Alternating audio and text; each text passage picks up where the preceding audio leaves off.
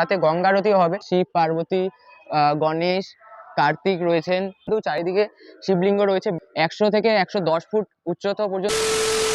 সব কেমন আছো বলো? সকলকে শুভ শ্যামা পূজা আর দীপাবলির আন্তরিক প্রীতি, শুভেচ্ছা ও ভালোবাসা। আজকে চলে এসেছি হচ্ছে বেলগড়িয়ার নিমতা জোনাকির এবছরের যে ভাবনা সেটা হচ্ছে স্বামী নারায়ণ মন্দির গুজরাটের। তো এটা কিন্তু খুব অনবদ্য একটা থিম, আর সেই থিমটাই আজকে আমাদের এই ভিডিওতে কভার করতে চলেছি। তো আমি আছি পিয়ুষ দাস, আর তোমরা দেখছো বং পিয়ুষ।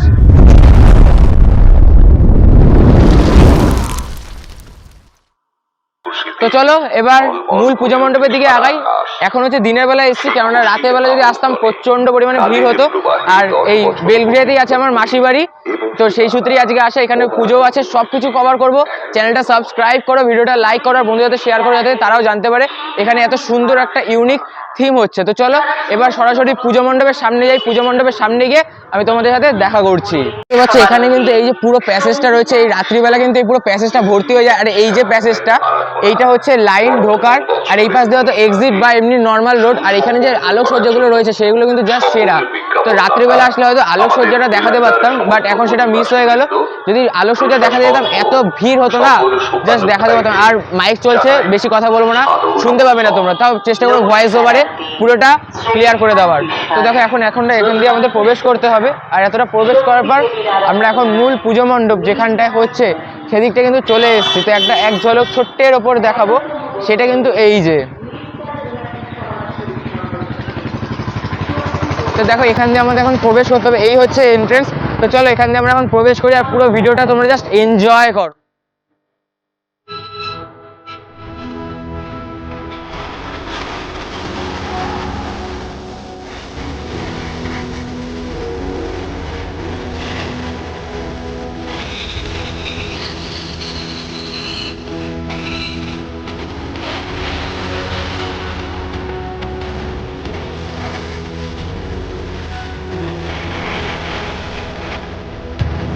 এটা হচ্ছে গুজরাটের স্বামীনারায়ণ টেম্পল। সেটা কিন্তু বেশ সুন্দরভাবে কিন্তু এখানে ফুটিয়ে তোলা হয়েছে। আর এটা যেমন রাত্রিবেলা দেখা হতো, রাত্রিবেলা কিন্তু আলোকসজ্জাটা জাস্ট সেরা লাগতো। তবে আমি রাত্রিবেলা দেখাতে পারছি না, এটার জন্য নিজেরই খারাপ লাগছে। আমি নিজেও মিস করে গেলাম, আমার যে পরিবারটা হচ্ছে সেটাও মিস করে গেল। তো এখানে দেখো আই লাভ জোনাকি সেটাও কিন্তু লেখা রয়েছে। এটা হচ্ছে জোনাকির বেলগড়িয়া নিমতা জোনাকি। তো এখানে কীভাবে আসতে হবে সেটাও আমি বলে দেবো পুরো ভিডিওতে, জাস্ট স্কিপ না করে সম্পূর্ণ ভিডিওটা দেখতে থাকো, তাহলে সব ইনফরমেশন পেয়ে যাবে। আর এই পাশে দেখো এই যে কাজগুলো রয়েছে, এই কাজগুলোর জন্য কিন্তু বেশ সুন্দর লাগছে। আর আমরা যখন এখান থেকে প্রবেশ করব, মূল যে জিনিসটা আমরা দেখতে পাবো সেটা হচ্ছে এই যে মাঝখানটা দেখো, এখানে কিন্তু একটা জলাশয় রয়েছে। আর জলাশয়ের মধ্যিখানে রয়েছে নটরাজ দেব, আর নটরাজের মাথার ওপর কিন্তু রয়েছে জলের ফোয়ারা। সেটা আমরা যখন রাত্রিবেলা আসলে এটা দেখতে পাতাম।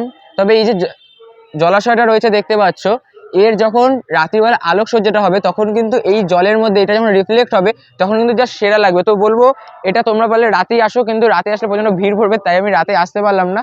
তাও যেহেতু এখন এখানেই আছি কয়েকদিন, তো চেষ্টা করবো একদিন রাতেও এসে তোমাদের ফুটেজ দেওয়া। তার জন্য চ্যানেলটা সাবস্ক্রাইব করে বেল আইকনটা অল নোটিফিকেশন সেট করে দাও, তাহলে তোমরা জানতে পারবে, অর্থাৎ দেখতেও পারবে সেই সাথে।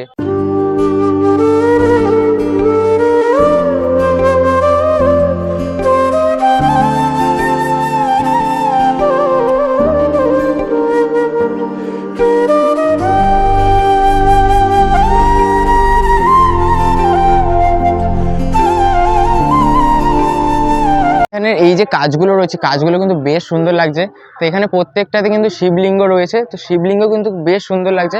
আর খুব তাড়াতাড়ি আমি বারাসাত যাচ্ছি, সেখানের ভিডিও তোমাদের সাথে শেয়ার করবো। তো চ্যানেলটা সাবস্ক্রাইব করো। বারবার সাবস্ক্রাইব করতে কেন বলছি, বিকজ খুব তাড়াতাড়ি আমার একটা বড় ফ্যামিলি, আমার কাছে ওই ফ্যামিলি যেটা হতে চলেছে ইন ফিউচার সেটা আমার কাছে অনেকটা বড়। তো সেটাই বলবো তোমরা সাপোর্ট করো। তো চলো এখানে কিন্তু চারিদিকে শিবলিঙ্গ রয়েছে, বেশ সুন্দরভাবে কিন্তু ফুটিয়ে তোলা হয়েছে।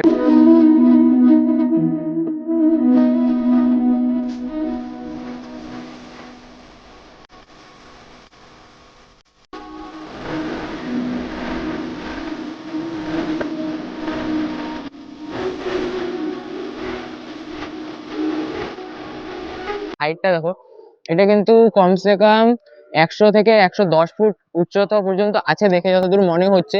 আর এখানটা কিন্তু বেশ সুন্দরভাবে দেখো কারুকার্যগুলো করেছে, এই যে মূর্তিগুলো বেশ সুন্দর লাগছে। আর কারুকার্যগুলো দেখো, কারুকার্যের মধ্যে এই যে দেখতে পাচ্ছ শিব, পার্বতী, গণেশ, কার্তিক রয়েছেন, বেশ সুন্দর লাগছে কিন্তু। তারপর আমরা এখান থেকে মূল পুজো মণ্ডপে প্রবেশ করব। আর এইখানে কিন্তু এই যে দেখতে পাচ্ছ এগুলো রয়েছে, এখানে কিন্তু রাত্রিবেলা গঙ্গা আরতির কিন্তু একটা সিন থাকছে এইখানে। পুরো যে দেখতে পাচ্ছ এখানে কিন্তু রাতে গঙ্গা আরতিও হবে। তো বললাম না, রাত্রিবেলা আসলে কিন্তু বেশ সুন্দর লাগলো, তবে মিস করে গেলাম তাহলে। তবে চেষ্টা করবো রাতেও আসার, তবে রাতেরবেলা খুব ভিড় হবে, আমি সেই জন্য অ্যাভয়েড করে যাচ্ছি। কিন্তু তোমরা কিন্তু রাতেই আসো, আমি তোমাদের সাজেস্ট করবো একটু সময় নিয়ে আসো তাহলেই হবে। তো এখানে কিন্তু গঙ্গা আরতির ব্যাপারটা থাকছে, দেখো এখানে কিন্তু গঙ্গা আরতি যখন হবে বেশ সুন্দর লাগবে। তো চলো এবার আমরা মূল পুজো মণ্ডপে প্রবেশ করি। তো মূল পুজো মণ্ডপে প্রবেশ করতে গেলে কিন্তু আমরা এইভাবে দেখতে পাবো গণেশ ঠাকুর, এদিকে কৃষ্ণ ঠাকুর, গৌতম বুদ্ধ, নানা রকমের কিন্তু এখানে মূর্তি রয়েছে। আর এই যে ওপরটা কিন্তু বেশ সুন্দর লাগছে দেখো।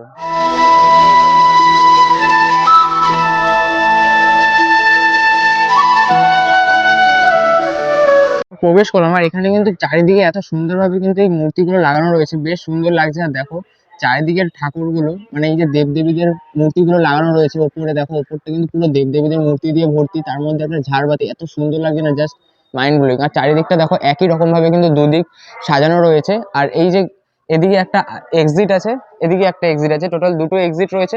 তো এক্সিটের কথা পরে আসে। তো এবার মাতৃ প্রতিমায় ফোকাস করলে দেখো মূল মাতৃ প্রতিমাটা কিন্তু বেশ অনেকটাই বড় হাইট রয়েছে। আর সেই সাথে দুদিকে আমরা দুটো রূপ দেখতে পারবো মায়ের। এদিকে কিন্তু কৃষ্ণরূপী শ্যামা মা রয়েছেন, আর এই পাশে হচ্ছে অর্ধনারী অর্ধপুরুষ।